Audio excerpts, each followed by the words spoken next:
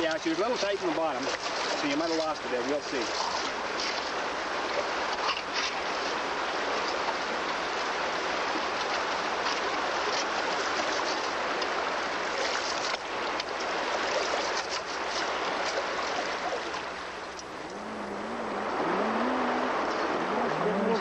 Big one hiding behind that. Yes, sir.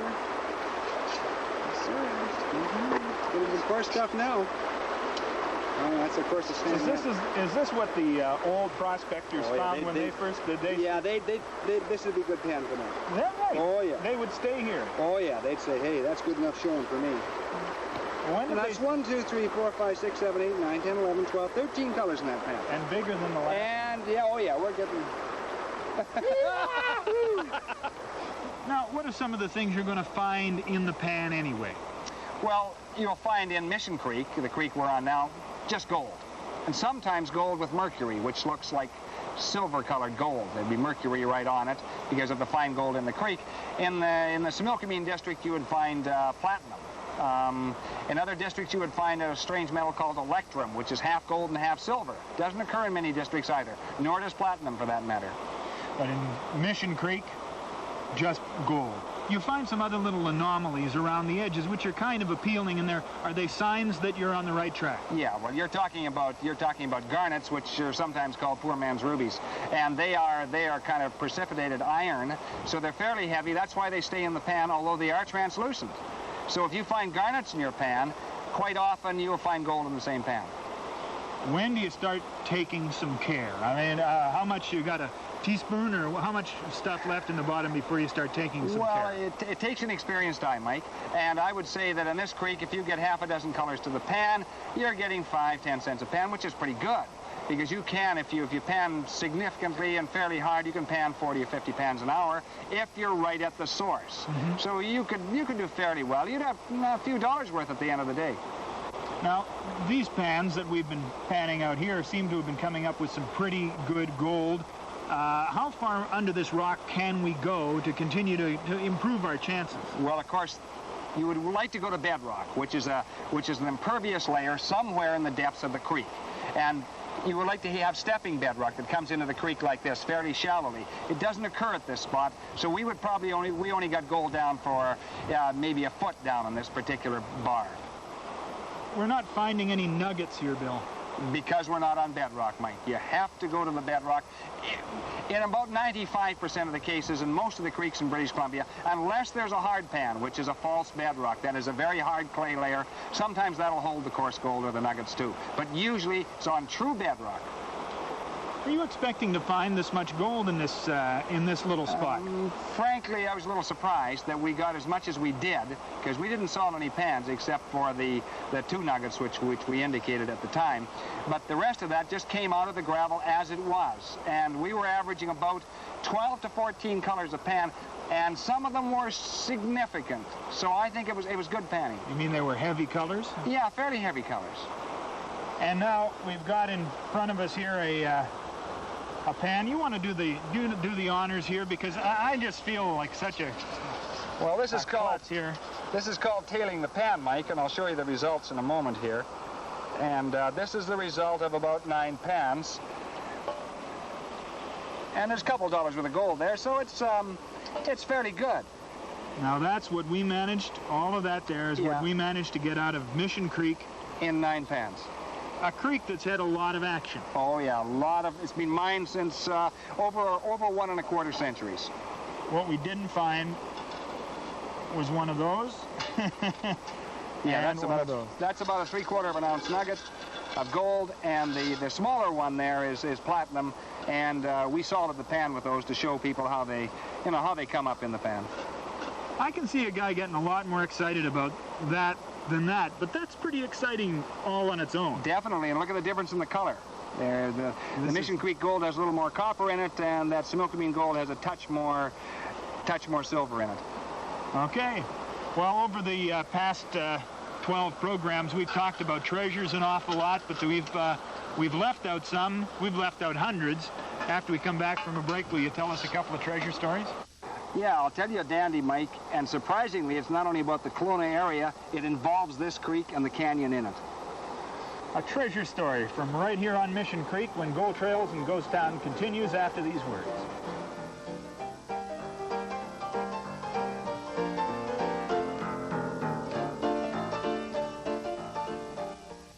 Back to Gold Trails and Ghost Towns. I'm Mike Roberts with Bill Barlee on Mission Creek.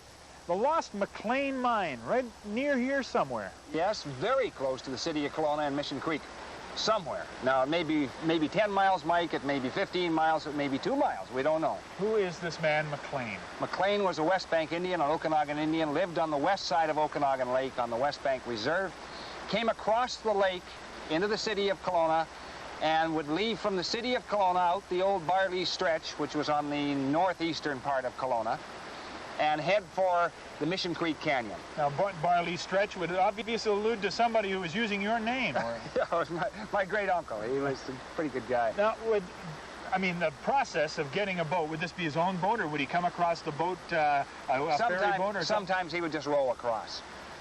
Ostensibly to come to town. That's right. He usually didn't take a sternwheeler. He would usually just roll across, as the Indians were prone to do in those days. When did people become aware that he was coming back with some gold of some description? A lot of hearsay evidence, but consistent evidence and persistent evidence over the years. So he disappeared up that maze of the Mission Creek Canyon, and somewhere in that vicinity, probably northwest or northeast of the Mission Creek Canyon, he came across an area that had free gold in it, that is placer gold. And he came back with small quantities and then significant quantities of placer gold. It was universally nugget gold and coarse gold, naturally, which nugget gold is inclined to be. And he would bring it back in a leather poke and spent evidently rather freely both on the reserve and the city of Kelowna. Well, this would obviously come to the attention of everybody in town pretty quickly.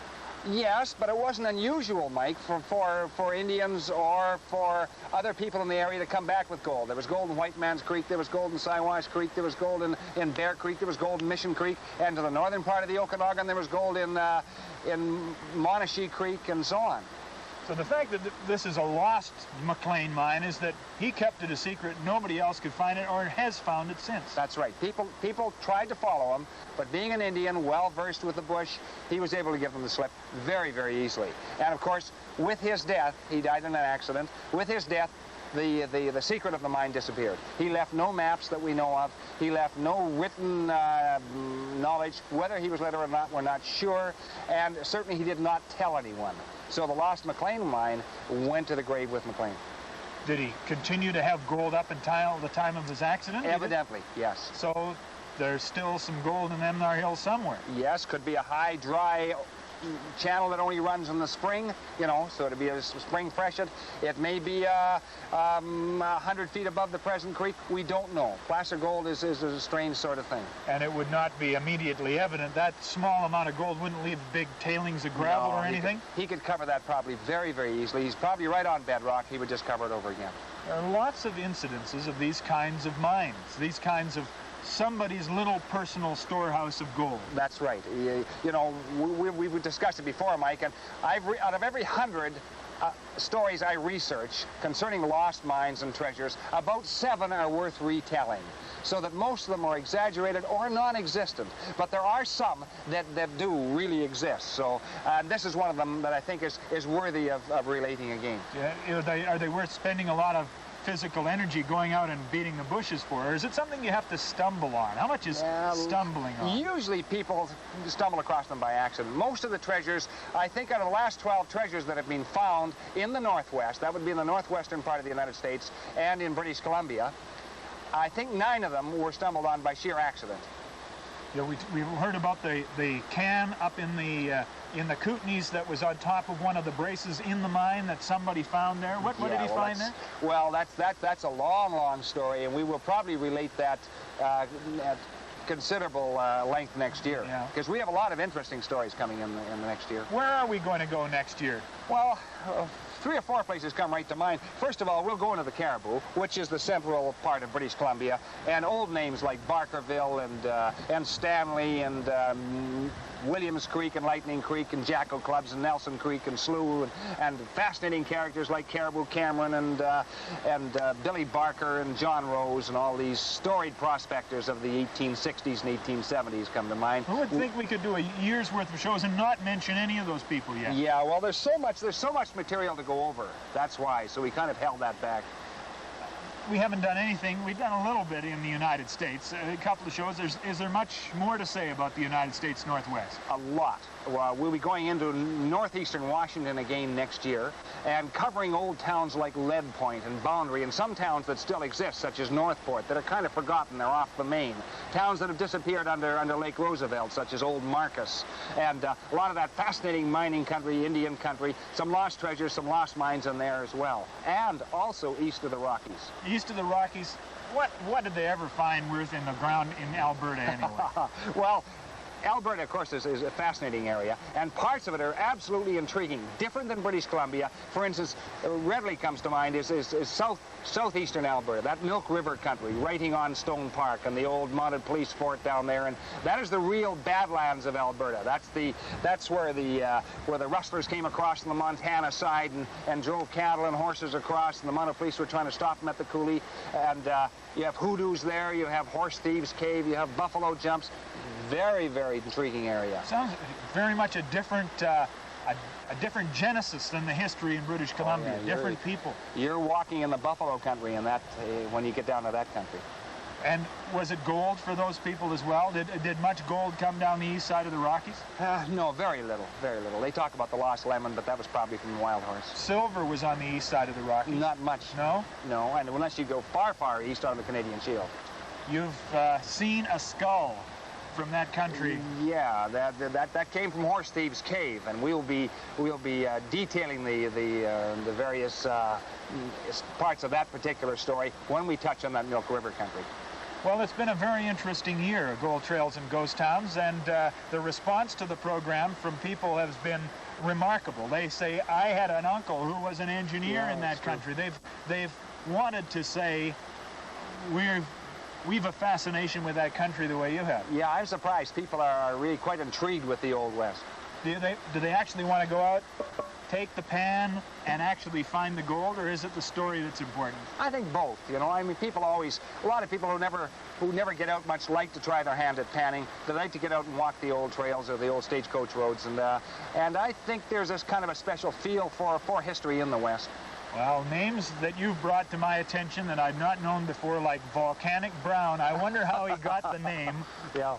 Those are the things that keep this fascinating. Yeah, he called himself the finest prospector in the world. He was a very low-key, gentle soul. Oh, yes, indeed. He was very modest. Bill Barlee, thank you for being our guide for Gold Trails and Ghost Towns. Thanks, Mike. Is there any limit to the number of shows that can be done on this? No, we have probably several hundred we could do. We probably won't, but we could do. All right, thank you. You're welcome.